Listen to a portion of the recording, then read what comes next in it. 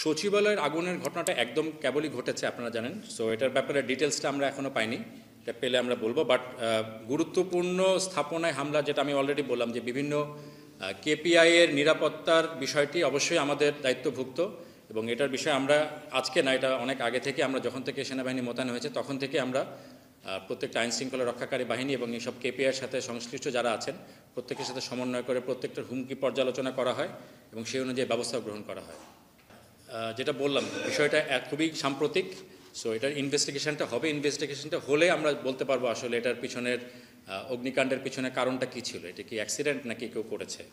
আমাদের সচিবালয়ের নিকটে আমাদের সেনাবাহিনীর সদস্যরা যারা আছেন তারা সার্বক্ষণিক ডিপ্লয়েড থাকেন। মূলত এটার এটার সাথে এটার নিরাপত্তার বিষয়টি বাহ্যিক নিরাপত্তা, তারাও যখনই অগ্নিকাণ্ডের ঘটনা ঘটেছে তারা ইমিডিয়েটলি ডিপ্লয় করেছেন এবং ফায়ার সার্ভিসকে তাদের সর্বাত্মক সহায়তা প্রদান করেছেন।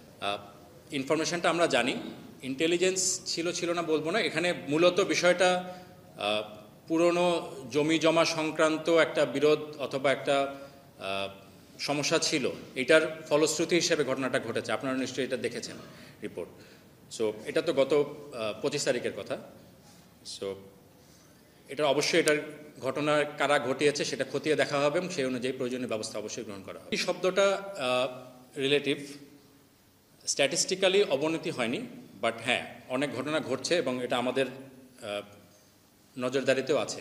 এটার বিষয়ে পুলিশ কাজ করছেন, আমরাও কাজ করছি। আমাদের বিভিন্ন লেভেলে, এটা আমাদের বিভিন্ন এলাকা ভিত্তিক সমন্বয় সেল আছে যেখানে পুলিশ, সেনাবাহিনী এবং অন্যান্য আইনশৃঙ্খলা রক্ষাকারী বাহিনী যারা, তারা একসাথে সমন্বয় করেন রেগুলার, এবং সেনা সদর পর্যায়ে এবং উপদেষ্টা মণ্ডলীর পর্যায়ে বিভিন্ন সময় এই কোঅর্ডিনেশনগুলো হয় এবং দেশের যেগুলো যত ধরনের আইনশৃঙ্খলার বিভিন্ন ধরনের হুমকিগুলো উঠে আসে সেগুলো নিয়ে আলোচনা হয় এবং এগুলোর পরবর্তী পদক্ষেপ কী নেওয়া হবে সে বিষয়ে কিন্তু কার্যক্রম সেখানে সিদ্ধান্ত গৃহীত হয় এবং কার্যক্রম গ্রহণ হচ্ছে।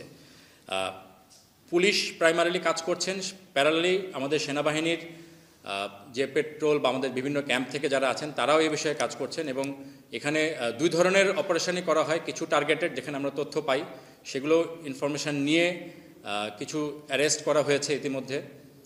আমি যে স্ট্যাটিস্টিক্স আপনাদেরকে দিলাম এর মধ্যে সেগুলো ইনক্লুডেড। এর বাইরে অনেক সময় ঘটনার রিপোর্ট আমরা পাই বিভিন্ন এলাকা থেকে, সেখানেও তাৎক্ষণিক ব্যবস্থা নেওয়া হয়েছে এবং এ ধরনের অনেকগুলি চক্র বলা যায় বা অপরাধীকে এই রিসেন্টকালে স্পেশালি ঢাকা শহরের বিভিন্ন স্থান থেকে গ্রেফতার করা হয়েছে। তো আমরা চেষ্টা করছি যাতে করে সম্পূর্ণভাবে নির্মূল করতে পারবো কিনা এটা আমরা বলতে পারি না, বাট এটাকে একটা সহনশীল পর্যায়ে রাখা যাতে করে মাত্রা যাতে না বেড়ে যায় এ বিষয়ে আমাদের চেষ্টা অব্যাহত আছে।